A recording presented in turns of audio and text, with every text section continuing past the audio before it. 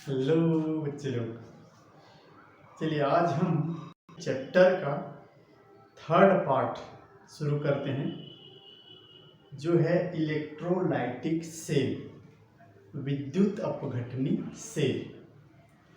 देखिए, विद्युत अपघटनी सेल है क्या? ये एक ऐसा उपकरण है, एक ऐसा डिवाइस होता है जो विद्युत ऊर्जा से रासायनिक ऊर्जा में उसको परिवर्तन करता है। अर्थात किसी भी ऐसा सेल, ऐसा उपकरण जिसको बाहर से हम उसमें विद्युत धारा प्रवाहित करते हैं और उसमें कोई रासायनिक क्रिया होने लगती है, अर्थात विद्युत ऊर्जा को रासायनिक ऊर्जा में कन्वर्ट करता है। जैसे आप अपने मोबाइल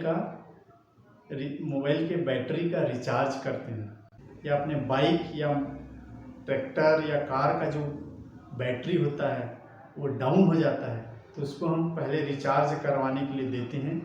उसमें कोई फॉल्ट आ जाता है, कोई खराबी आता है तो मान लीजिए रिचार्ज नहीं होता है तो उसको बदलते हैं।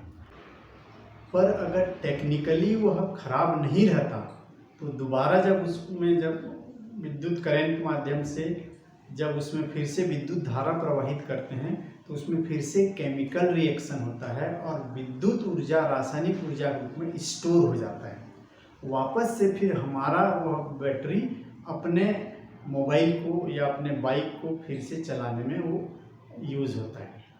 तो इसी को हम कहते हैं, जब किसी ऐसे उपकरण में या ऐसे डिवाइस में विद्युत धारा प्रवाहित करते हैं और रासायनिक ऊर्जा हमको प्राप्त होता है, रासायनिक परिवर्तन होता है, तो उसे हम कहते हैं विद्युत अपघटनी सेल। तो विद्युत अपघटनी सेल अब बना कैसे होता है उसका पहले बनावट समझ लेते हैं। उसके लिए हम कोई एक पात्र लेते हैं, ऐसा ये देखिए, कोई भी एक पात्र ले लेंगे और इसमें एक विद्युत अपघट्य विलयन इसमें मिलाते हैं।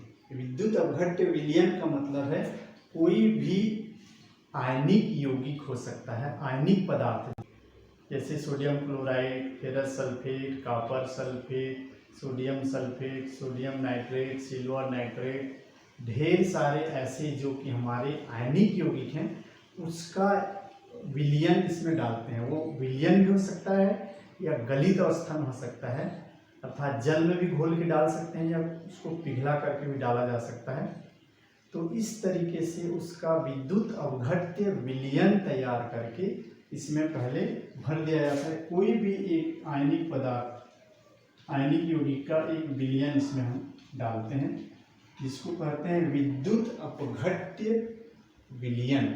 और इसके नाम में इसलिए विद्युत अपघटनी सेल कहा है। ऐसा सेल जिसमें एक विद्युत अपघट्य पदार्थ उसमें गलित अवस्था में या जलीय विलयन के रूप में लिया जाता है। इसको हम लोग कहते हैं इलेक्ट्रोलाइट्स। कोई भी इलेक्ट्रोलाइट हो सकता है इसमें, इलेक्ट्रोलाइट। और इलेक्ट्रोलाइट क्या होते हैं, कितने प्रकार के होते हैं, ये सारा चीज़ हम पहले बता चुके हैं। पिछला वाला वीडियो जाकर के आप देख सकते हैं। इलेक्ट्रोलाइट्स क्या होता है, कंडक्टेंस क्या होता है, इनमें धारा कैसे बहती है, आदि आदि सब हम बता चुके हैं। आज हम देखते हैं सिर्फ इलेक्ट्रोलाइटिक सेल क्या होता है, उसकी बनावट क्या होता है, उसका फंक्शन कैसे होता है। तो कोई भी इलेक्ट्रोलाइट मान हम इसमें लेते हैं मान लीजिए Ca कोई ले लिए। C मतलब के टाइम धन आयन और ए मतलब एन आयन, कोई भी हो सकता है ऐसा। जो भी हमारे आयनिक यौगिक होते हैं उसमें एक पार्ट धन आयन होता है, एक पार्ट ऋण आयन होता है। हम इसको इसी तरह से लिखते हैं, C मीन्स के टाइम, ए मतलब एन आयन। Ca नाम का कोई एक विद्युत अपघट्य इसमें घोल के डाल करके अब उसमें एक इलेक्ट्रोड डुबाया जाता है। इसमें एक कोई भी धातु का एक छड़ होता है, इसको इसमें हम डुबाते हैं, जिसको इलेक्ट्रोड कहा जाता है। जनरल समझ रहे हैं तो इसमें हम लोग प्लेटिनम का इलेक्ट्रोड ले लेते हैं। प्लेटिनम इलेक्ट्रोड इसलिए लिया जा रहा है क्योंकि प्लेटिनम इनर्ट इलेक्ट्रोड का एक एग्जाम्पल है। प्लेटिनम जो है ये अक्रिय धातु होता है, किसी विद्युत अपघट्य विलयन के आयनों से कोई क्रिया नहीं करता। तो हम प्लेटिनम लेके समझ रहे हैं, कोई भी धातु इलेक्ट्रोड हो सकता है। हम पहले जनरल इसकी कंस्ट्रक्शन, इसके बनावट और इसके फंक्शन को समझ ले रहे हैं, फिर स्पेसिफिक इस पर आएंगे हम, कोई स्पेशल विद्युत अपघट्य विलयन लेकर के उसको समझेंगे। प्लेटिनम का इलेक्ट्रोड इस तरह से डीप कर देते हैं, 2 इलेक्ट्रोड इसमें डुबाया जाता है, ठीक है। तो जब हम इस विद्युत अपघट्य विलयन को इसमें डालते हैं, या तो गलित अवस्था में डालते हैं, जल में घोल करके डालते हैं, तो यहाँ इसमें ये आयंस में टूट जाते हैं, एक आयन और एन आयन, वो अपने धन आयन ऋण आयन में पूरी तरह से टूट जाता है। तो जब इस पिघली अवस्था में या जलीय विलयन में लाते हैं, तो विद्युत अपघट्य का धन आयन और ऋण आयन एक दूसरे से अलग हो जाते हैं और फ्री घूमने लगते हैं, किसी प्रकार का अट्रैक्शन फोर्स नहीं रहता। धन आयन अपना फ्री उस विलयन में घूमते रहता है और ऋण आयन भी फ्री घूमते रहता है। तो जब इलेक्ट्रोड डीप कर देते हैं, तो क्या उनके मूवमेंट पर, उनके मोशन पर कोई प्रभाव पड़ेगा? नहीं। अभी सिर्फ इलेक्ट्रोड के डीप कर देने से, इलेक्ट्रोड डुबा देने से, 2 छड़ को डाल देने से इनके धन आयन और ऋण आयनों के मोशन पर, उनकी गतिशीलता पर कोई प्रकार का प्रभाव नहीं पड़ता। एक्चुअली अभी किसी प्रकार का कोई रिएक्शन चल ही नहीं रहा है। अब जब हम इस दोनों इलेक्ट्रोड को, ये हमारा प्लेटिनम का इलेक्ट्रोड है, दोनों इलेक्ट्रोड को करंट से जोड़ देते हैं। हम यहाँ बैटरी ले लेते हैं, एक बैटरी के माध्यम से इसको हम जोड़ देते हैं। ये देखिए, यह बैटरी का ऋण सिरा है और यह बैटरी का धन सिरा है। तो अब बैटरी से जब जोड़ देते हैं, तो यह इलेक्ट्रोड जो अभी तक किसी प्रकार की कोई उसमें चार्ज नहीं था, न्यूट्रल था, अब इसके ऋण सिरा से जुड़ जाने से इसमें यह बैटरी, इसमें ढेर सारा इलेक्ट्रॉन इधर भेज देता है, पुश कर देता है, और यह इलेक्ट्रोड अब ऋणावेशित हो जाता है। यह इलेक्ट्रोड ऋणावेशित हो जाता है और यहाँ पर ये बैटरी का यह धन सिरा है, तो यह धन सिरा से जुड़ जाने की वजह से यह इलेक्ट्रोड धनावेशित हो जाता है। या दूसरे शब्दों में हम कह दें तो इन धातु इलेक्ट्रोड के सरफेस पर इलेक्ट्रॉन होते हैं, फ्री इलेक्ट्रॉन। ये धन सिरा सारे के सारे फ्री इलेक्ट्रॉन को इधर खींच लेता है, तो यह धनावेशित बन जाता है। यह बैटरी के जोड़ देने पर दोनों इलेक्ट्रोड अब एक्टिव हो गए। एक इलेक्ट्रोड ऋणावेशित हो गया और एक इलेक्ट्रोड धनावेशित हो गया।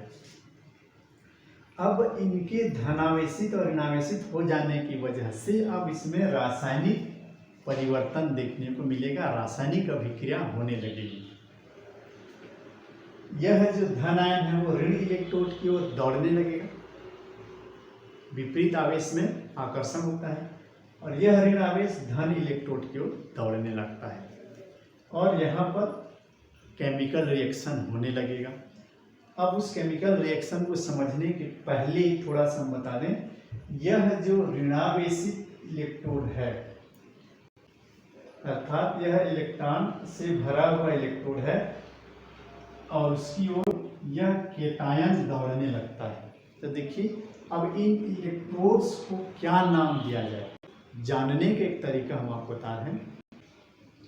विद्युत रासायनिक सेल या गैल्वेनिक सेल में आपको बताया गया था लोन या RRCC। इसके माध्यम से आपको जानने का एक ट्रिक बताया गया था कि कैथोड कैटायन राइट साइड में होता है और रिडक्शन होता है, लोन लेफ्ट साइड में ऑक्सीडेशन होने वाला है और उसमें उसे एनोड कहते हैं, उसमें नेगेटिव चार्ज होता है। तो यहाँ पर भी एक ट्रिक हम आपको बताएंगे, थोड़ा अलग होता है। देखिए, सबसे पहले तो आप ये जानिए कि कैटायन अर्थात धन आयन ऋण इलेक्ट्रोड की ओर जाने लगता है, तो जिस ओर यह भागता है उसको कहते हैं कैथोड।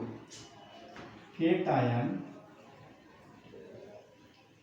अर्थात धनायन किस ओर दौड़ेगा, अपोजिट इलेक्ट्रोड अर्थात ऋण इलेक्ट्रोड की ओर जाएगा, ऋण इलेक्ट्रोड की ओर और इसी ऋण इलेक्ट्रोड की अर्थात इस ऋणावेशित इलेक्ट्रोड को यहाँ पर कैथोड कहा जाता है, कैथोड। तो सी सी कॉम्बिनेशन में केटायन कैथोड की ओर दौड़ती हैं अपना धनावेश को खत्म करने के लिए, अर्थात यहाँ से इलेक्ट्रॉन प्राप्त करने के लिए। धन आयन मतलब इलेक्ट्रॉन की कमी है, वो इलेक्ट्रॉन का खजाना की ओर दौड़ रहे हैं ताकि अपने इलेक्ट्रॉन प्राप्त कर सकें, अपना चार्ज को खत्म कर सकें, धन आयन को समाप्त कर सकें। केटायन कैथोड की ओर दौड़ते हैं, अर्थात कैथोड जो होता है वह ऋणावेशित होता है। इसमें कैथोड ऋणावेशित होता है। दूसरा एन आयन, अर्थात ऋण आयन किस ओर दौड़ेंगे भाई, उसके अपोजिट आयन की ओर दौड़ेंगे। तो ऋण आयन किस ओर जाएंगे, धन इलेक्ट्रोड की ओर, धनावेशित इलेक्ट्रोड की ओर जाएंगे। तो धनावेशित इलेक्ट्रोड को क्या कहा जाएगा,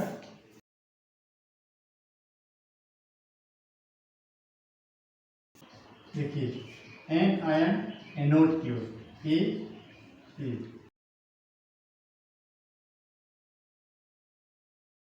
केटायन कैथोड की ओर भागते हैं, एन आयन एनोड की ओर भागते हैं।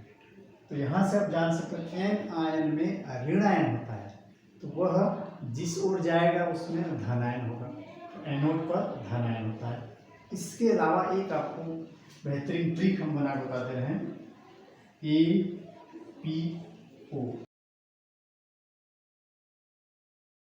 विद्युत अपघटनी सेल के लिए किस इलेक्ट्रोड पर कौन सा चार्ज होता है, कौन सा विक्रिया होता है, इसको जानने की ट्रिक है APO।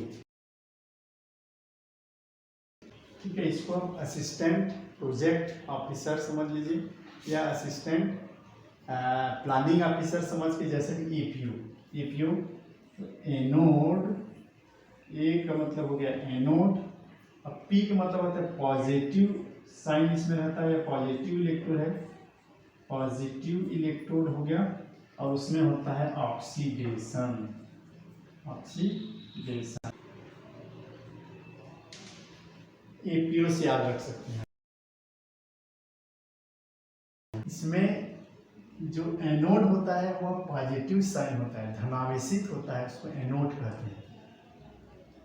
वहां पर विद्युत रासायनिक सेल में उल्टा होता है, लोन लेफ्ट साइड में होता है, ऑक्सीडेशन होता है, एनोड कहते हैं, और नेगेटिव पोल होता है। और यहाँ पर सिर्फ ऑक्सीडेशन यहाँ पर भी हो रहा है, एनोड ऑक्सीडेशन यहाँ पर भी हो रहा है। हमेशा एनोड में ही ऑक्सीकरण की क्या होगी, चाहे वो कोई भी प्रकार का सेल हो। बट ये है कि विद्युत रासायनिक सेल में वह नेगेटिव पोल होता है, यहाँ पर यह पॉजिटिव पोल होता है। तो पॉजिटिव साइड होता है ये वाला पॉजिटिव, इसको हम कहेंगे इसमें एनोड। और इसका अपोजिट भी याद करना चाहें तो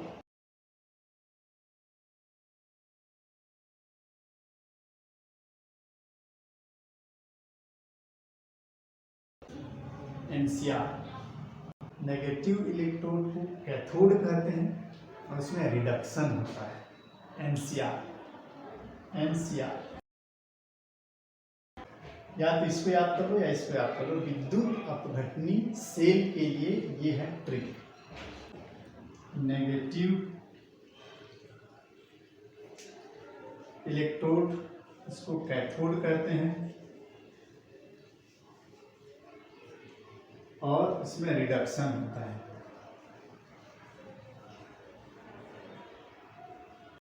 दो याद रखने का ट्रिक, चाहे APO से याद करो चाहे NCR से याद करो, जिसको जो आसान लगे, जिसके दिमाग में बैठ जाए, इलेक्ट्रोलाइटिक सेल के लिए याद रखने का तरीका है।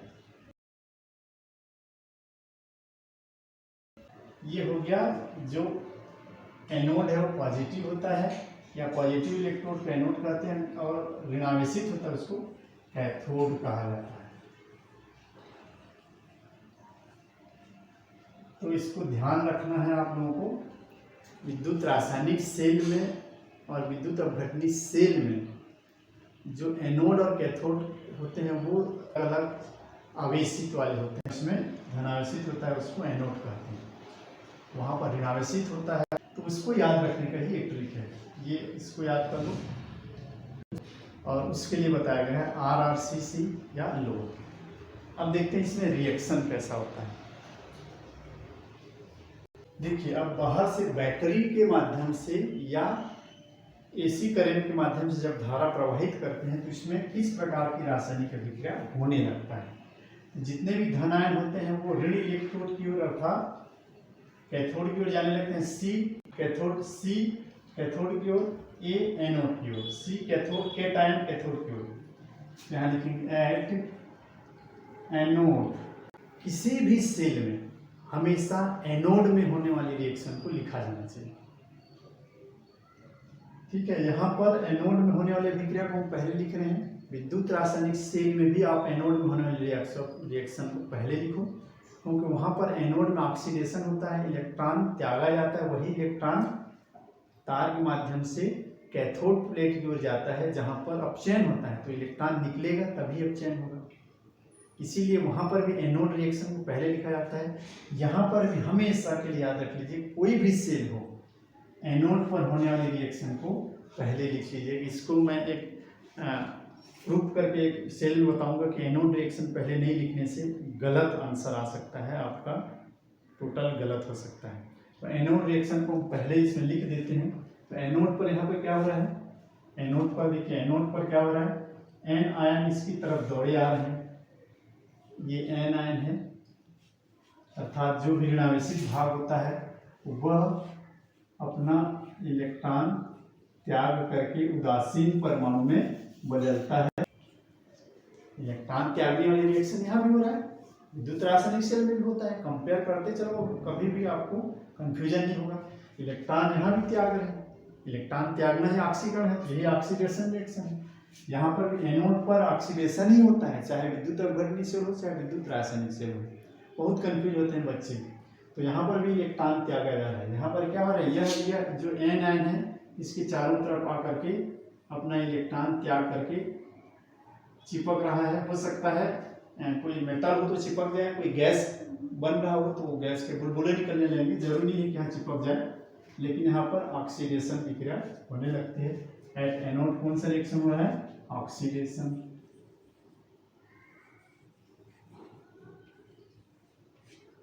और एट कैथोड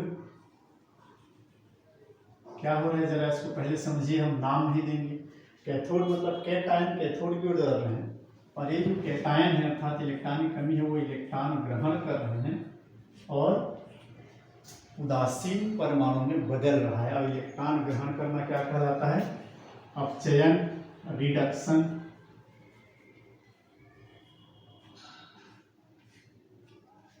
तो एनोड रिएक्शन को हमेशा पहले लिखिए, एनोड में होने वाली ऑक्सीकरण क्रिया से हमेशा पहले लिखा जाता है, फिर उसके बाद कैथोड रिएक्शन। तो इस तरह से हो गया। अब दोनों को हम जोड़ देते हैं, ये दोनों कट जाएगा। ठीक है, तो AC प्लस और A माइनस इस तरह से लिखेंगे तो C प्लस A मिला। इसको इस तरह से ना लिख करके इस तरह से भी लिखा, इस तरह से रिएक्शन हो रहा है। और यहाँ पर देखिए एनोड पर जो कुछ भी यहाँ बनता है इसको एनोड प्रोडक्ट कहा जाता है, एनोड प्रोडक्ट। और यहाँ पर ये जो बन रहा है इसको बोलते हैं कैथोड प्रोडक्ट। मतलब कैथोड पर हमको कुछ मिल सकता है, कोई गैस हो सकता है, कोई धातु मिल सकता है। एनोड पर भी कोई गैस हो सकता है कोई। तो यहाँ पर जो कुछ इस इलेक्ट्रोड के चारों तरफ हमको गैस के रूप में मिल सकता है या इसमें चिपका हुआ कुछ धातु मिल सकता है, इसमें भी कोई गैस प्रोडक्ट या कोई धातु हमको इस इलेक्ट्रोड पर चिपका हुआ जमा हुआ होता हुआ मिल सकता है। तो इसको कहते हैं एनोड प्रोडक्ट, इसको कहते हैं कैथोड प्रोडक्ट। इस तरीके से रासायनिक अभिक्रिया हो रहा है, बाहर से करंट इसमें पास करने से रासायनिक अभिक्रिया हो रहा है। तो यह जो रासायनिक अभिक्रिया हो रहा है और यह जो प्रोडक्ट हमको मिल रहा है तीन बातों पर डिपेंड करता है। अर्थात किसी भी विद्युत अपघटनीय सेल में होने वाली रासायनिक अभिक्रिया तीन फैक्टर पर डिपेंड करता है। कौन कौन से तीन फैक्टर हो सकता है? पहला तो यह विद्युत अपघट्य जो पदार्थ लिए हैं उस पर डिपेंड करेगा। विद्युत अपघट्य पदार्थ, इलेक्ट्रोलाइट्स।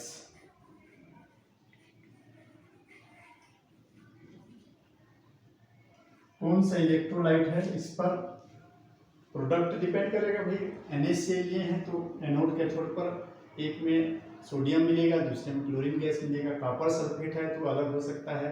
कौन सा विद्युत अपघट्य लिए उसके आधार पर एनोड और कैथोड प्रोडक्ट हमको मिलेगा। दूसरा हमको मिलता है, दूसरा फैक्टर है यहाँ माध्यम कौन से लिया गया, माध्यम, मीडियम।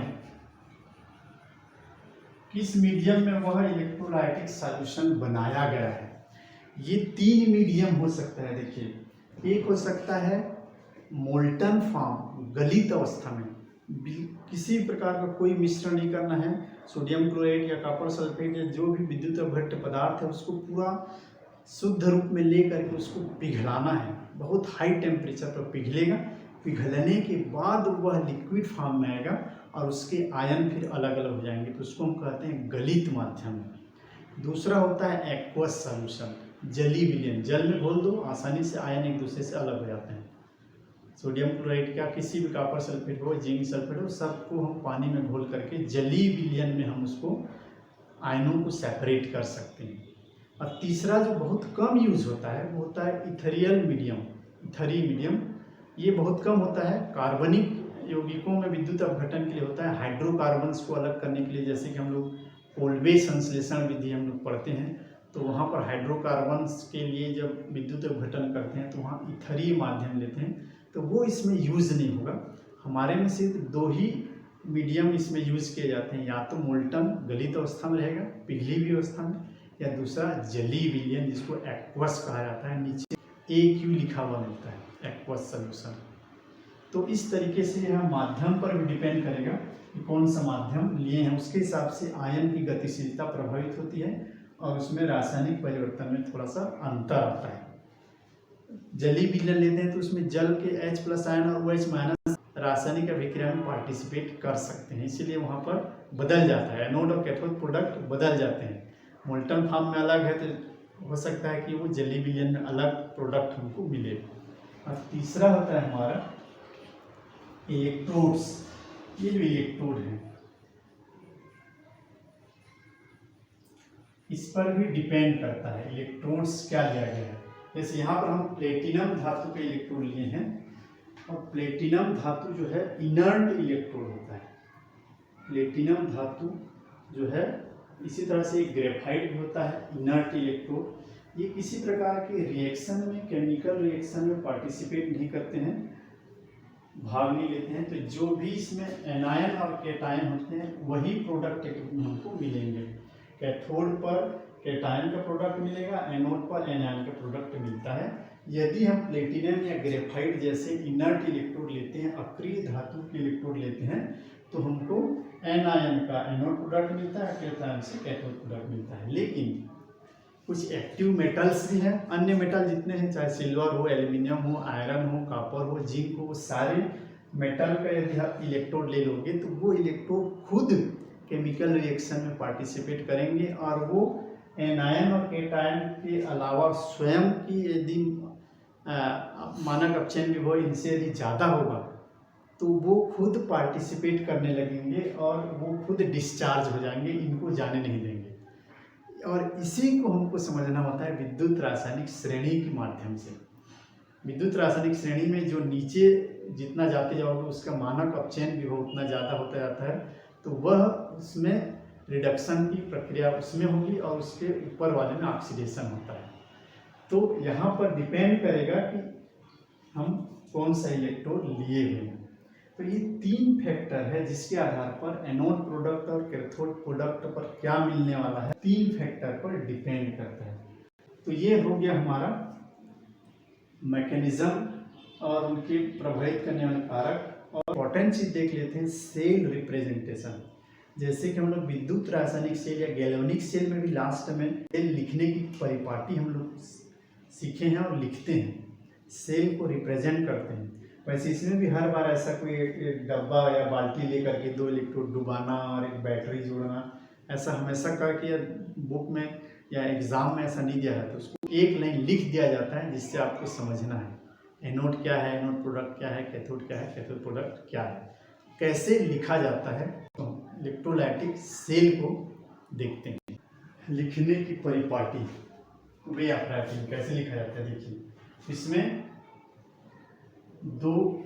एक खड़ी लाइन ऐसे इस तरह से दिया जाता है, जैसे इसमें हम लोअर सेतु के लिए 2 पैरेलल लाइन पास, इसमें दूर दूर रहते हैं। इधर हम लिखते हैं एनोड साइड है। ये बातें कॉमन है कि लेफ्ट साइड में एनोड और एनोड प्रोडक्ट को लिखा जाता है एनोड साइड, इसको हम लिख देंगे, और ये हमारा कहलाता है कैथोड साइड। ठीक है, यहाँ पर एनोड पॉजिटिव होता है, यहाँ कैथोड नेगेटिव होता है। अब देखिए इसके लेफ्ट हैंड साइड में हम लिखेंगे एनोड, और कामा देखिए एनोड प्रोडक्ट। एनोड में क्या उत्पाद बन रहा है, क्लोरीन गैस हो रहा है तो Cl2 लिख देंगे, सोडियम धातु उसमें मिल रहा है तो Na लिख देंगे, जो भी होगा इसको एनोड प्रोडक्ट। ठीक है, एनोड और एनोड का उत्पाद, एनोड उत्पाद,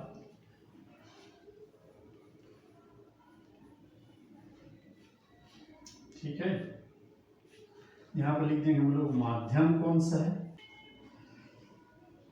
जली विलयन लिया गया है, जल लिया गया है या गलित अवस्था में, तो वहाँ गलित लिख देंगे, जली विलयन या गलित लिखेंगे यहाँ पर।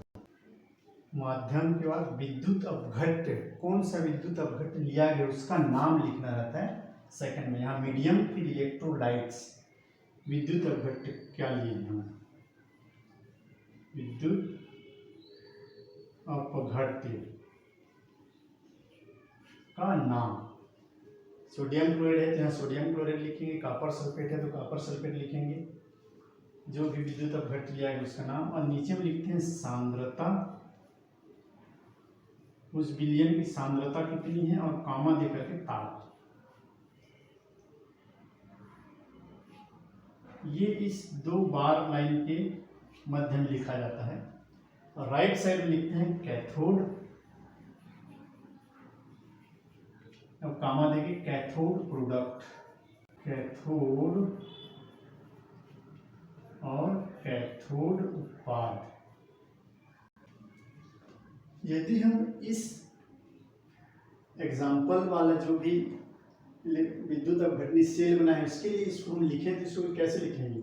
यहाँ पर एनोड पे हम लोग कौन सा इलेक्ट्रोड लिए हैं, एनोड पर क्या है हमारा प्लेटिनम है, एनोड पर हमारा प्लेटिनम इलेक्ट्रोड लिया गया है। यहाँ पर हम लोग एनोड में लिखेंगे प्लेटिनम, कामा लगाएंगे। एनोड प्रोडक्ट, एनोड पर हमको क्या मिल रहा है ए, कोई भी गैस हो सकता है, कोई धातु हो सकता है। इस तरह से बीच में डबल लाइन पे जो माध्यम, यहाँ पर हम क्या किए इसको गलित अवस्था में मान लेते हैं, गलित अवस्था में, पिघली हुई अवस्था में है। जली होगा तो यहाँ पर जली लिखेंगे, जली विलयन, या गलित है तो यहाँ पर लिख देंगे गलित अवस्था में, मोल्टन फॉर्म में, molten NaCl, molten copper sulphate जो भी रहेगा। अब विद्युत अपघट्य, आपको घट्य हमारा यहाँ पे क्या लिया गया है, जो भी है Ca लिखे हम लोग तो Ca लिख दिए। सांद्रता देखिए गलित में सांद्रता का मतलब ही नहीं होता, एकदम प्योरेस्ट फॉर्म में है, 1 मोलर 2 मोलर ऐसे लिखने की जरूरत नहीं है। पानी में घोलते हैं तब जाके कितनी उसकी सांद्रता है, पर लीटर कितना मोल घुला हुआ है, उसके हिसाब से मोलारिटी या कंसंट्रेशन हम निकालते हैं। गलित अवस्था में लिखने की आवश्यकता नहीं है।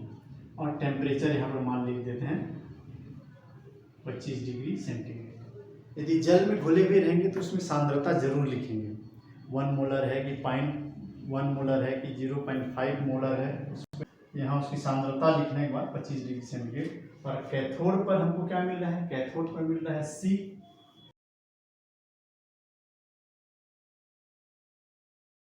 सी नामक कोई प्रोडक्ट है। और कैथोड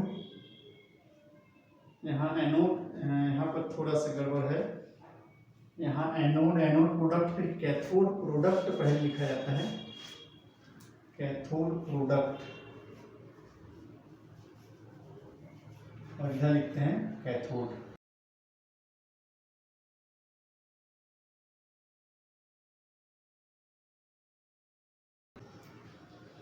सुधार लीजिएगा, दो लाइन के इस तरफ एनोड प्रोडक्ट और इस तरफ कैथोड प्रोडक्ट, उधर लास्ट में एनोड, इधर लास्ट में कैथोड। यहाँ कैथोड प्रोडक्ट हमारा सी है, ये सी, और कॉमा देकर कैथोड में कौन सा इलेक्ट्रोड हमारे इसमें दिया गया है, तो यहाँ पर प्लेटिनम धातु है, इसलिए प्लेटिनम इस तरह से लिख देंगे। तो इस वाले हमारा जो सैंपल के रूप में जो विद्युत अवगण्य सेल को हम यहाँ बनाए हैं, उसको लिखने का तरीका इस तरह से हो गया। तो ये हो गया सेल लिखने की परिपाटी। अब देखिए विद्युत अपघटनी सेल का इस चैप्टर में हम दो प्रकार के एनालिसिस पढ़ेंगे। विद्युत अपघटनी सेल के बारे में दो विश्लेषण हम सीखेंगे। सबसे पहला हमको पढ़ना होगा इसमें क्वालिटेटिव एनालिसिस, एस्पेक्ट देखेंगे हम लोग, मतलब गुणात्मक विश्लेषण।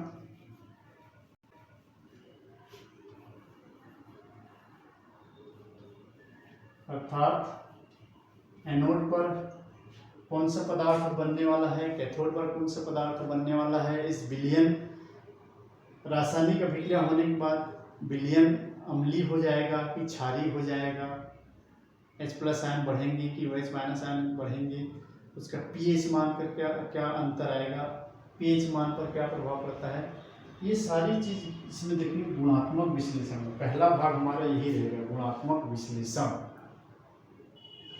और दूसरा होता है क्वांटिटेटिव एनालिसिस, क्वांटिटेटिव एस्पेक्ट हम लोग देखेंगे, इसका मतलब है मात्रात्मक विश्लेषण।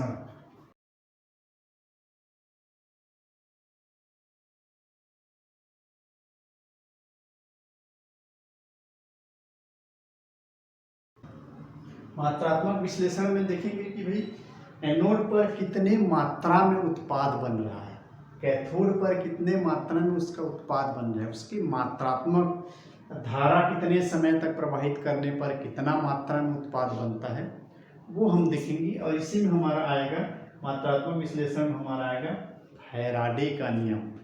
फैराडे का नियम ही बताता है कि एनोड और कैथोड पर कितनी मात्रा में उसके प्रोडक्ट बनने वाले हैं। तो इसको दो भागों में इसको हम लोग देखेंगे। तो आज हम जनरल आइडिया देख लिए कि एक्चुअल में इलेक्ट्रोलाइटिक सेल होता कैसा है, वो बना कैसे रहता है, उसकी मैकेनिज्म क्या होती है, उसमें एनोड कैथोड में कौन सा चिन्ह होता है, उसका सेल रिप्रेजेंटेशन कैसे करते हैं, सेल को लिखने की परिपाटी क्या है, और उसमें क्या क्या प्रोडक्ट कहाँ कहाँ पर मिलते हैं, ये हम पूरा आइडिया ले लिए हैं। उसके बाद कुछ एग्जाम्पल हम इसको देखेंगे। सोडियम क्लोराइड गलित माध्यम में देखेंगे, सोडियम क्लोराइड का तनु विलयन होने पर, जलीय विलयन होने पर कैसा होगा, सांद्र विलयन पर क्या प्रोडक्ट आएगा, वो सब हम लोग देखेंगे। और दूसरा हम लोग देखेंगे फिर क्वांटिटेटिव एनालिसिस, मात्रात्मक विश्लेषण, जिसमें फैराडे के दो नियम को हमको पढ़ना है। तो आज के लिए बस इतना ही, मिलते हैं अगले वीडियो में, तब तक के लिए गुड बाय, गुड लक।